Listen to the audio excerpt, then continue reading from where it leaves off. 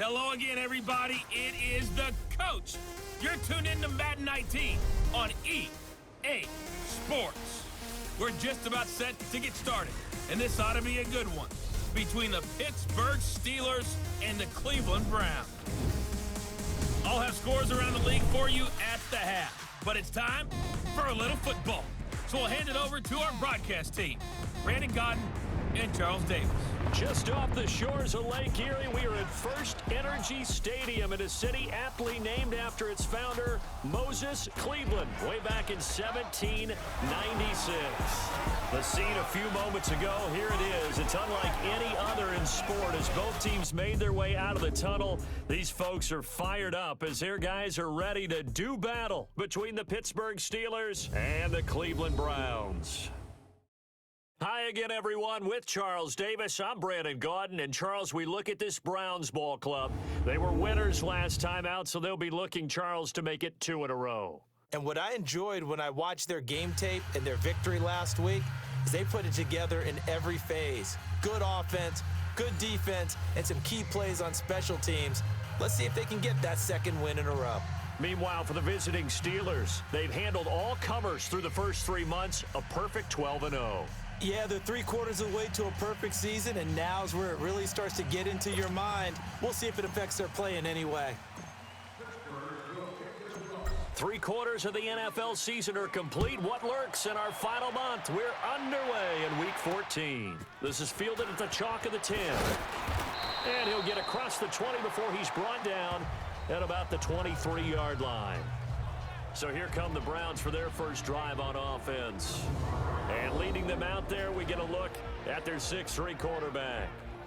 And what I enjoyed in preparing for this game was talking not just with the coaching staff, but with him as well. And I found it interesting that the coaching staff sees him one way, and he sees himself an entirely different way. Yeah, one thing he said he's always working on, we know he's not bad at this, but his footwork, always wants to improve that, and that's something he's going to focus on here. And what was so funny, what the offensive coordinator say right off the top? He's got great footwork. Love his footwork. So this guy is never satisfied. On 1st and 10, Riley. It's a short one here, complete to the tight end. A gain of 6 there on 1st. Not a big window to throw. Coverage wasn't too bad there. Yeah, they had him under wraps pretty well, but somehow able to muscle his way open and catch the ball. 6 yards was the pickup on the last completion, so here's 2nd and 4. Set! Green 39! Green 39! Off play action. Riley. And the pressure will get to him. He goes down. Now there is a flag on the play, but this looks like holding on the offense.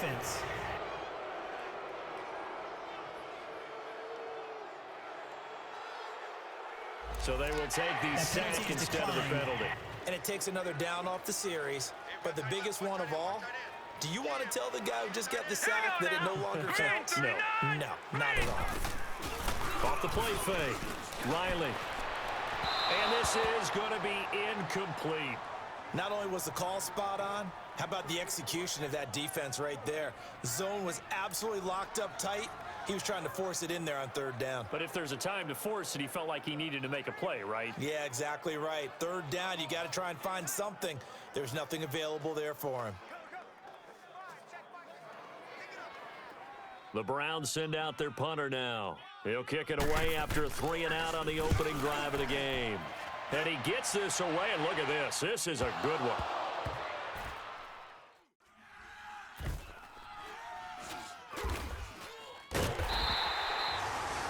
And that's what friends are for. As the returner, you know who you're buying dinner for later. Oh, without a doubt, because he just took care of you and your team in a big way. You know, you turned it over there. That's a big momentum changer and put your defense in a bad spot. So with the Steeler offense on their way out, let's take a look at the playoff picture in the AFC. And for them, it's no longer a question of will they make the playoffs. They've clinched the division title. The question, can they hold on to that #1 seed? And this is where the mental fortitude comes to play, doesn't it? Because now you're not just the coach talking about it, it's team talking about it to each other, supporting each other, carrying each other along, because having that #1 seed means everything in the NFL. It does. So even though the division title's clinched, shouldn't take the foot off the gas. No, not at all. Play it all the way through, and I think we've seen that in recent years in the NFL. The teams that play and play to win each and every game, they're the ones to deal with in the playoffs. A lot of running backs, a little bit of a disadvantage when you start talking MVP. Might not be the case this year. You think he's got a shot, don't you? I do. I think he's got more than a shot, but what he's going to need here down the stretch this late in the season, he needs that big closing game, that game that we're all going to reflect on and go, oh, my goodness, did he put up a number, let's say 200 plus? Pittsburgh getting 16 yards there and also a first down. Well, from their point of view, this game could not be starting out much better, could it? Force a punt on defense, and now they're moving it crisply on offense. Crisply, I like that. Yeah, moving it very, very well. Looks like the defense on their heels a little bit. You put a score in here, long way to go, but you're right, that's a heck of a start. Yeah, and I think this is where the play caller is looking at his play sheet and saying, do I have that dagger play? Do I have that play and just finish them off right now? Because I think they'd love to gain that big advantage early. Charles, they won last week despite him not running the ball well. They told us need to get him going. Runs like that help. And they talked to us about leaning on him because, as you noted, last week they didn't have to. Still won the ball game. They leaned on other people to give them the yardage that they needed, but they really want him to be that guy, and that's what they're doing early in this game. And he'll get it down here to the 43. It'll go as a gain of 6 that time, and it moves the chains as well.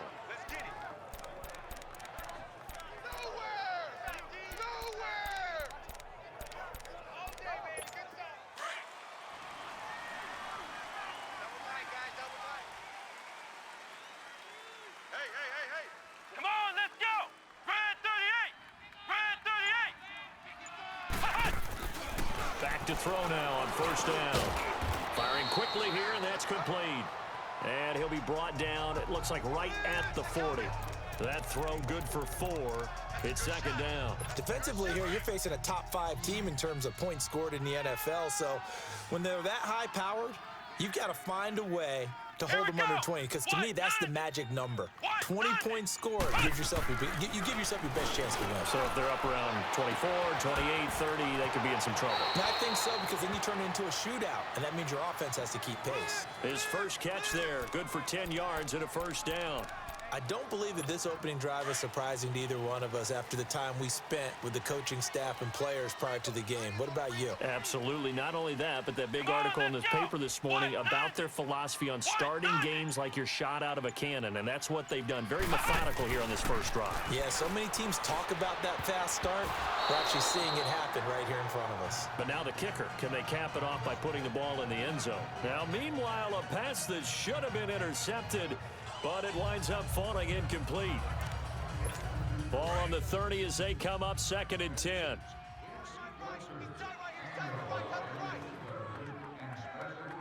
Come on, let's go!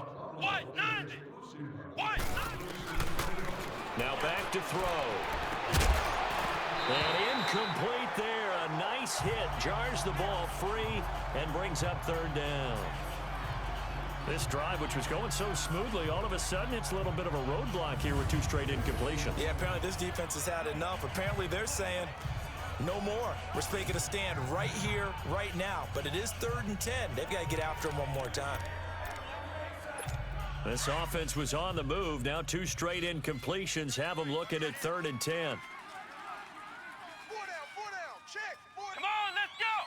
White 90! White 90! Hey! They'll set up to throw. Oh, he's got a man wide open, complete. And they'll work it inside the 15-yard line before it's all said and done. His first catch, good for 16 and a first. I have no crystal ball up here. I can't truly see into the future. But if they don't start getting some pressure on him, make him move around a little bit and do something with the receivers to, change up their timing, they're going to get shredded as we've seen so far. Right now, they're off to a blazing start. Yeah, and you are right. He looks way too comfortable back there in the pocket. Yeah, there shouldn't be a pillow back there for him, all right, as a defensive guy. Back with Charles Davis, Brandon Gaudin. It's Steeler football to begin quarter number 2. They've got a second down at 5 here to start things out. Here we go. And they'll go ground game here with a tailback. And he'll be brought down here at the 3-yard line. The 6 yards on the pickup, and it leaves him with a 1st and goal. I hope we give enough respect to the big guys up front because they have been getting it done on this drive. The holes have been large, and they've been barreling through them, picking up first downs.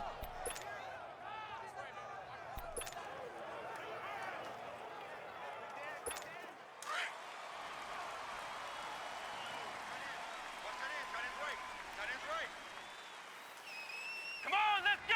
Brand 38. Brand 38. Push. They'll try and run for it on 1st and goal. And he's into the end zone. Touchdown, Steelers. A great play there with another touchdown, number 24 on the year. And the Steelers are able to strike for 6. Elliott good with a PAT, and that makes the score 7-0. So that drive, 12 plays in length, and it ends with a 3-yard scoring run.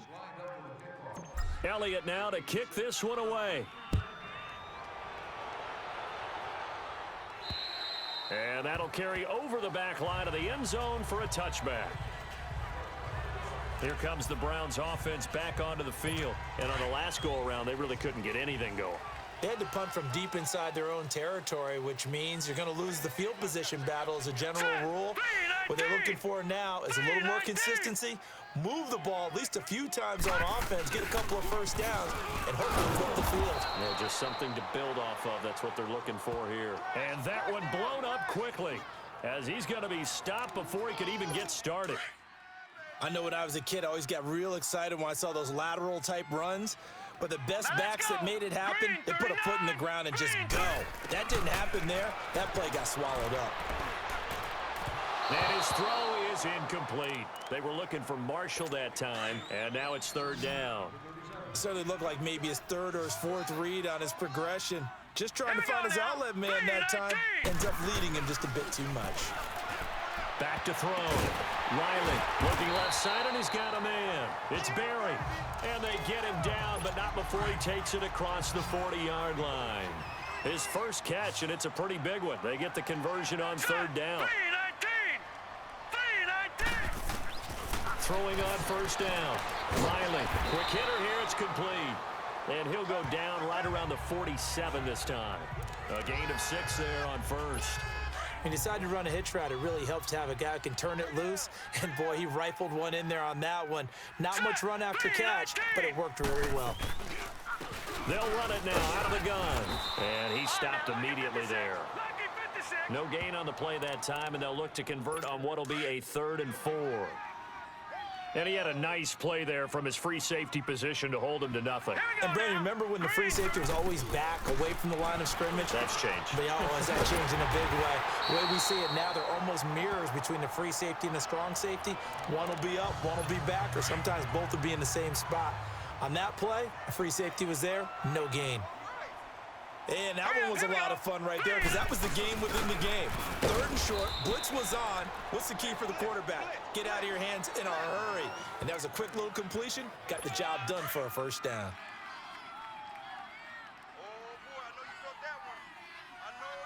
Here we go now. 2 minutes to go here in the 1st half.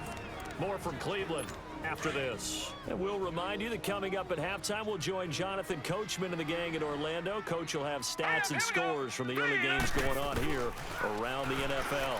And it's a short one here, complete to his tight end. And he'll be brought down at the 45-yard line. That throw good for only a couple. It brings up 3rd down. Off play action. Riley under pressure, and he will go down. Sacked back at the 46. Sometimes I watch games and wonder why they use play fakes on certain passing situations because it's not going to fool anyone. I don't know if that was the case here, but the end result was the same. No one fooled. Quarterback was hit. There again is the running back as he trots onto the field. He's over 40 yards here in the second quarter. Been nice and effective for them, hasn't he? He has definitely been dependable, and really shouldn't underestimate what he's getting done here, because anytime you're on a pace that's going to approach 100 yards, you've really done some damage in an NFL game. And now he's looking just to add to his totals. 5 yards is the tally on first down. That brings up 2nd and 5. He'll look to throw. And a quick throw here, that's complete. And he will lose yardage back to the 34-yard line. It's a loss of 4. Now 3rd down.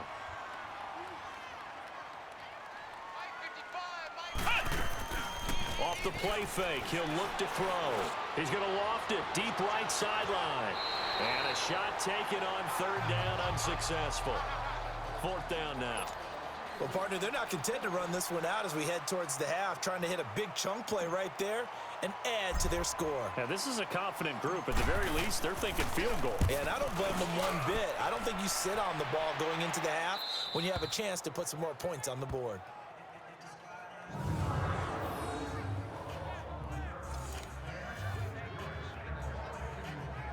And now Cleveland geared up to take the field. Well, they're going to have to go at least 50, 60 yards here if they want to ensure that they don't have to punt the ball like they did last time. Yeah, so what you're saying is we're not playing to just get out of the shadow of your own goal line, right? You're playing to make sure the punter doesn't see the field again. So it's not picking up a couple of first downs. You want to pick up 5 or 6.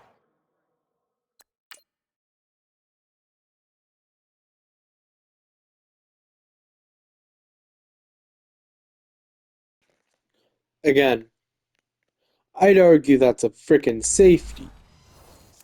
But no, it's not a safety. You're just wrong.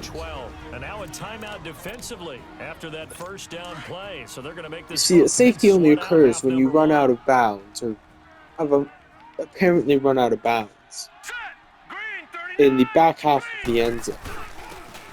If you are at all in the front half of the end zone and you start getting tackled, even tackled, it's not a safety. Man who sat in my chair the last few years, he has a theory. These plays, these safeties, they're so rare. Maybe they should be. Like, I'm not going to get over the fact that I got robbed with 2 safeties in 2 games. That safety right there, which I got back, and the safety where I literally sacked the quarterback inside the end zone. Didn't even start going down until he was in the end zone. And they put it at the 1 yard. To go. We'll take a timeout. We'll be back after this. You're watching like, the NFL, what? And it's on EA Sports. It's in the game. All right, Brandon, we'll get back to you and Charles in a bit. But first, let's get to some of these scores around the NFL here in a busy Week 14. We'll begin our trip around the NFL with an interesting one right off the bat. And it's the Ravens out in front as that game moves towards halftime. The Ravens looking to sew that one up, and they look to be in pretty good shape. Next, we head off to check out another game. And you can see they have the lead over the visiting Seahawks. The Thunderbirds seem to be on their way to what would be a good victory. Finally, let's get to the country music capital of the world. Let's see what's happening with the Titans at home in Nashville. And they trail the visiting Lions in that one. The Lions still in a dogfight, but this would be a good victory for them if they could get it. Meanwhile, in our game, it's been a defensive struggle. Which offense can break through in the second half? To find out, let's hand it over to our broadcast team of Brandon Gaudin and Charles Davis. All right, Coach, thank you.